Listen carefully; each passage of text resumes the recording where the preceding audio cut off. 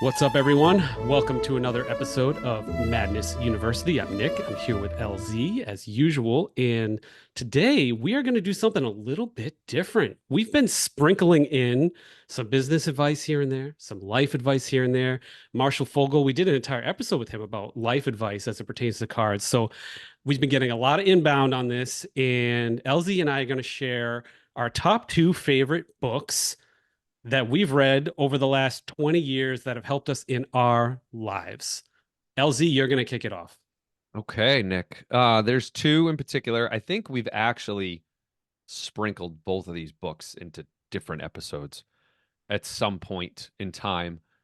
The first one that I think is a must, not only because it's super relevant to really anything you're doing in life, but secondly, it's just really cool stories, is Never Split the Difference by Chris Voss. Chris was a hostage negotiator, an incredible, very famous hostage negotiator.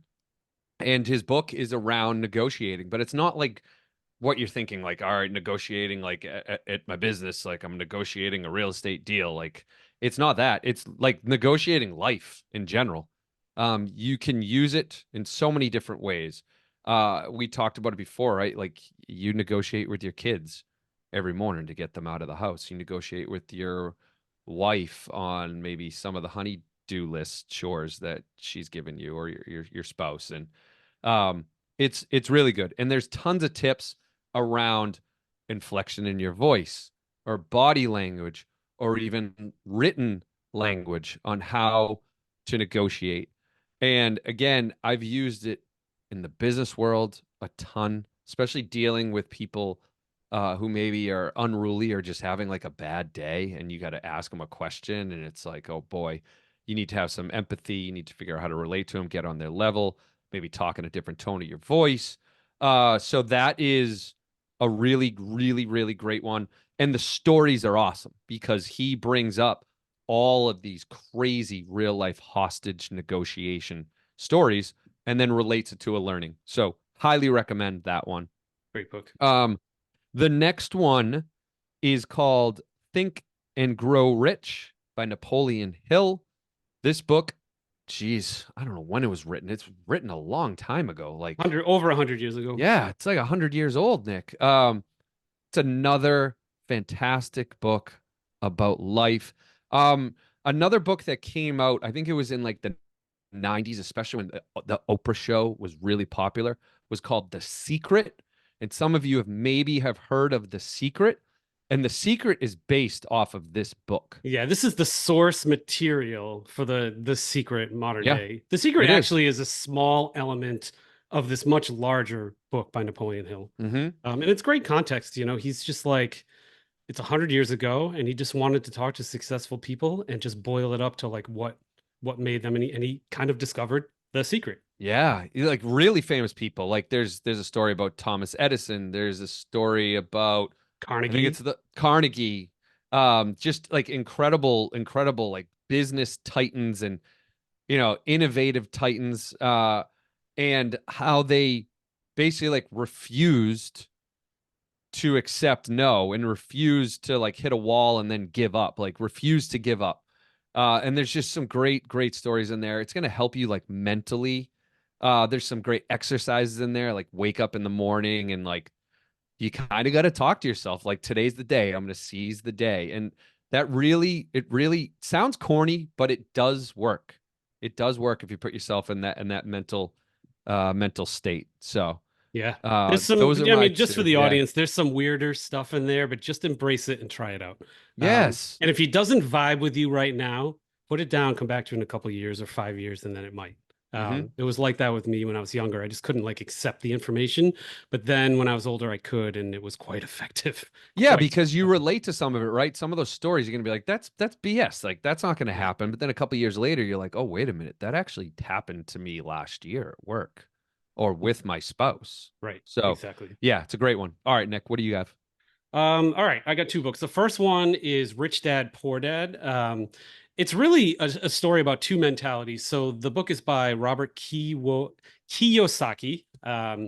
and his dad was the poor dad, the failed entrepreneur, had a certain attitude about life, and he had some characteristics that he identified that kind of made him this way, like, oh, must be nice, like that type of attitude.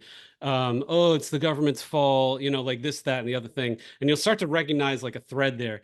Then this neighbor was the rich dad, and he gravitated towards him, and the way he lived his life is very different. His philosophy on money was very different. His attitude was very different.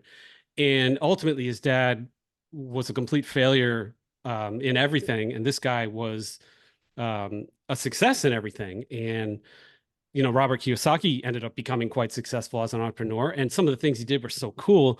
And I like that book because it shows me again, you can map things to a successful person and what they've done and how you can map that to your own life. But also, I look even more now. So, as a parent, I want to make sure that I have that rich dad mentality. It's not necessarily about Mhm. money, it's the mentality. And I want to make sure my children think that way too. Um, just like some of the most simple things, like, I can't afford that. We can't afford that. You can't afford that. He'll, in this book, one of the better quotes is he'll never say that to his kids. He always says, how can you How? afford that? Uh-huh. Okay, never say I can't afford that. That reinforces it. So, how can you afford that bicycle? Now you can come up with a plan and reverse engineer it. Lemonade stands, this, that, the other thing, odd jobs, whatever. So it's like, oh, I'll never afford, that card, right? How It's can you afford so that card? true. How can you trade up to that card? Um, So just the audience, just think about like doing that like right now. yeah, Like if you say never a lot, think about changing it to how. don't How ever say can that. I X? How can I X? Whatever it is. It's very interesting. Nick, when did you read that book? What age were you? Man, I'm gonna say probably 30. Mm. Yeah, I was 30. I was even younger. Like I feel like especially for the younger audience or younger listeners, like that one hit home for me at like a young age. Like I think I was in my like early 20s. It might have been right when I got out of college. I Mm, read that one and it hit me. Where if I read some of those books that I mentioned before, I don't think they would have hit me in my yeah. early 20s. But that one did. Yeah. Excellent. Yeah, that's a good one. So check that out. My second book, he's kind of a weird dude. He does a lot of body hacking and life hacking, but this book was effective. Again, I read this one probably about the same time. 4 Hour Work Week by Timothy Ferris. Most of you probably know who he is from his podcast and his Spotify deal and all of that. Interesting guy. What I took away from that book was that you just don't like there's this like path you take, like go to this college, get this job and follow this career path and go to work from 9 to 5 and appear busy. And he's just like, F all of that. Like, I'm going to do as little work as possible, be twice as successful. And some of it's like illegal, some of it's gray area, but he Yeah. started a nutraceutical company at the right time. So that's obviously a big part of his success. But there are a lot of hacks in there. Like, if you're annoyed by emails, you can train people. And I've done this. I've said, sorry, I only check and respond to emails from 9 a.m. to 11 a.m. every day. After that, you're waiting to the next day. If this is super, super urgent, pick up the phone and call me. And I eventually train people to only harass me during pockets of time. So there's like little like hmm life hacks like that are hmm good. And just, how to throttle like the ridiculous corporate crap that you might be in if you have a job. So like I had a job My at the God. time. It was a long time ago, and I was Uh, never meant to have a job. Thankfully, I became an mm, entrepreneur. But mhm. this book, I was just like, yeah, like this is so dumb what I'm doing. Like what I'm driving an hour to go somewhere to sit and look like I'm busy from 9 to 5 and then drive an hour back. Like it's so dumb. And this kind of tells you how to negotiate ways out of that and behave differently. And I don't know, it's a cool book, like whether you're employed or not. And it'll probably save you some time that you could spend, going after cards. Yeah, I laugh a little bit, right? Because some of it just I just would not recommend. Like, but overall I would. Like one of the examples is like working a corporate job. I'm trying to free up my time, so I'm gonna outsource somebody like in another country to like read my emails and respond for me. Like, no, people, you can't do that if you work for a corporation. But if you're a business owner, you can, right? So you can. But yeah, overall, like some of the negotiation strategies are awesome in that, Nick, right? Yeah, for sure. So yeah, really good book. You actually bought me that book. I did. I You did did. buy you You that book. did. You did Yeah, buy it's that good. for me. He's got some It's a other good one. weird stuff. The 4 Hour Body is kind of strange and Mm, controversial, but this book's solid. Give it a read. It's entertaining. it is. Audiobooks are easy. Hmm. I'll put links to the four in the notes. We're not making any money off of this or anything. It's just No. like just books that have like changed our lives for the better. So Mhm. hopefully this was helpful for you guys and a little bit different of a Mad You episode. All right, everybody. Bye Thanks. now.